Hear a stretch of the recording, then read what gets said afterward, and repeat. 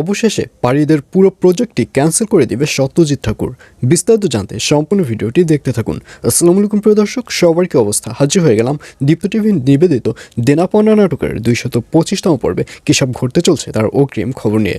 Alright, এই পর্বে আপনারা দেখতে পারবেন ইরফানকে দেখা যাবে সে রিয়ার বাবার সাথে কথা বলে যখন রিয়ার সাথে দেখা করতে যাবে তখন সব কথাগুলো পারি শুনে ফেলবে এবং পারি শুনে তার অনেক রাগ হবে এবং পায়ের হাতে একটা কাঠ পেন্সিল থাকবে এবং রাগের মাথায় সেই পেন্সিলটি জোরে ভেঙে ফেলবে এবং ভেঙে ফেলার সাথে সাথেই সেই পেন্সিলের যে নিপ রয়েছে সেটি পাড়ির হাতের মধ্যে ঢুকে যাবে এবং রক্ত বেরোতে থাকবে। আর এটি দেখে সৌরভকে দেখা যাবে সে দৌড়ে পাড়ির কাছে যাবে এবং সেখানে গিয়ে বলবে, কী ব্যাপার পাড়ি, তোমার কি হয়েছে? এই বলে দেখতে পারবে যে পাড়ির হাত থেকে ব্লাড বের হচ্ছে। আর এটি দেখে তাড়াতাড়ি পাড়িকে রেডি হতে বলবে, পাড়িকে বলবে তাড়াতাড়ি চলো, তোমাকে নিয়ে সামনের ফার্মেসিতে যেতে হবে।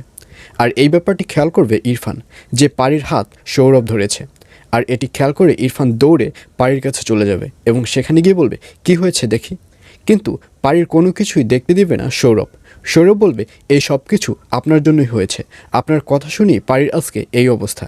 আপনি আসলে নামের স্বামী, আপনি কাজের কোনো স্বামী নয়। আপনি যদি ওর কাজের হাজব্যান্ড হতেন তাহলে ওকে এত আপনি কষ্ট দিতেন না। আর এই কথা শুনে ইরফান বলবে, আপনি এত কথা কেন বলছেন, আমাকে দেখতে দিন। তখন সৌরভ বলবে, আপনি কোন অধিকারে দেখবেন, স্বামীর অধিকারে নাকি অন্য কোনো অধিকারে? আপনি যদি স্বামীর অধিকারে দেখতে চান তাহলে সেটা দেখার আপনার কোনো অধিকারই নেই, কারণ আপনার জন্যই এগুলো হয়েছে, আপনিই আসলে প্রধান কালপিট। আর এই কথা শুনে ইরফান আর কোনো কিছু সহ্য করতে পারবে না।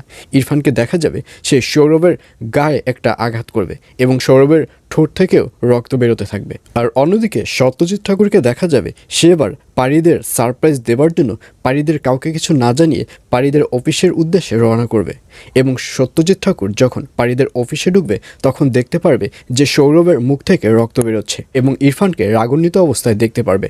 আর অন্যদিকে পারীর হাত থেকেও রক্ত বেরোতে দেখতে পারবে। আর এগুলো দেখে সত্যজিৎ ঠাকুরও অবাক হয়ে যাবে। সত্যজিৎ ঠাকুর বলবে, এগুলো কি করছো তোমরা? তোমাদের এখানে তো কোনো ডিসিপ্লিনই নেই, আর আমি তোমাদের কাজ দিয়েছি, ঠিকমতো তোমরা কাজও দেখাতে পারছো না। কোন কনফিডেন্স নিয়ে আমি তোমাদেরকে কাজ দিয়েছি? আজকে থেকে তোমাদের কাজ বন্ধ, আমি আর তোমাদের সাথে কোনো ডিল করতে পারবো না। এই বলে সত্যজিৎ ঠাকুরকে দেখা যাবে সে রাগ করে ওখান থেকে চলে যাবে। আর ইরফানকেও দেখা যাবে সেও রাগ করে ওই অফিস থেকে বেরিয়ে যাবে। আর এছাড়াও থাকবে আর আশ্চর্য সকল ঘটনা। সুতরাং সবাইকে দেনা পাওনা নাটকের আগামী পর্ব দেখার আমন্ত্রণ রইল।